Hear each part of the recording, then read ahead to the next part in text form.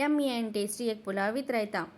Recipe కావాలి అన్న వాళ్ళు వీడియో చూసి ట్రై చేసి కామెంట్ చేసి చెప్పండి మీకు ఎలా కుదిరిందో. కావాల్సిన పదార్థాలు అయితే ఒక గ్లాస్ ఆఫ్ రైస్ని హాఫ్ అన్ అవర్ ముందు వాష్ చేసి క్లీన్గా పెట్టుకోండి.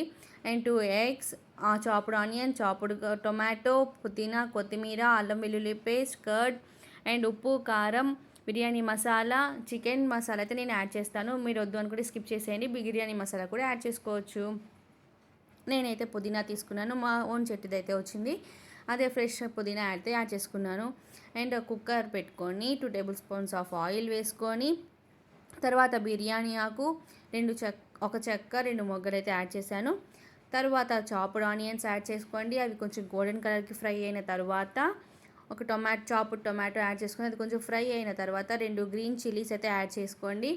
ఆ తర్వాత నేనైతే ఎగ్స్ అనేవి కెటిల్లో అయితే బాయిల్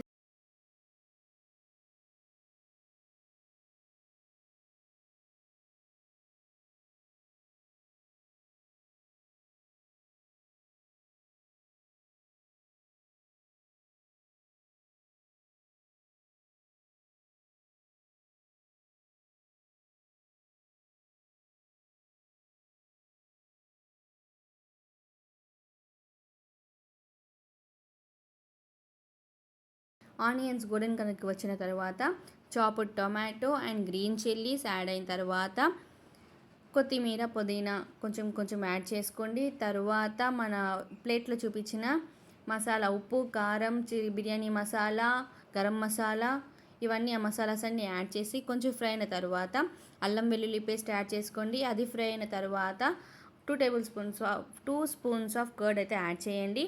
అది ఫ్లేవర్డ్గా మంచిగా మసాలా టైప్గా తయారైన తర్వాత వాష్ చేసిన రైస్ అయితే యాడ్ చేసుకొని రైస్ యాడ్ చేసిన తర్వాత వెంటనే అయితే వాటర్ యాడ్ చేయొద్దు. రైస్ని బాగా మసాలాలో మిక్స్ చేయండి, అప్పుడే రైస్కి మంచి కలర్ అండ్ ఫ్లేవర్ ఉంటుంది. తర్వాత 1 గ్లాస్ ఆఫ్ రైస్కి 1.5 గ్లాస్ ఆఫ్ వాటర్ అయితే యాడ్ చేసుకొని కుక్కర్కి మూత పెట్టుకొని 2 విజిల్స్ తర్వాత అయితే తీయండి. టేస్టీ అండ్ ఎగ్ పులావ్ అయితే రెడీ అయిపోతుంది. విజిల్ అయితే తీసేటప్పుడు జాగ్రత్త, విజిల్ మొత్తం ఎయిర్ పోయిన తర్వాత విజిల్ తీసేసి పక్కన పెట్టి అప్పుడు కుక్కర్ లీడ్ అయితే ఓపెన్ చేయండి. ఈ మధ్య కుక్కర్స్ అనేవి కొంచెం పేలుతున్నాయి, బీ కేర్ఫుల్ అండి. మీకు రెసిపీ ట్రై చేసి మీకు ఎలా వచ్చిందైతే కామెంట్ చేయండి. Subscribe to my YouTube channel.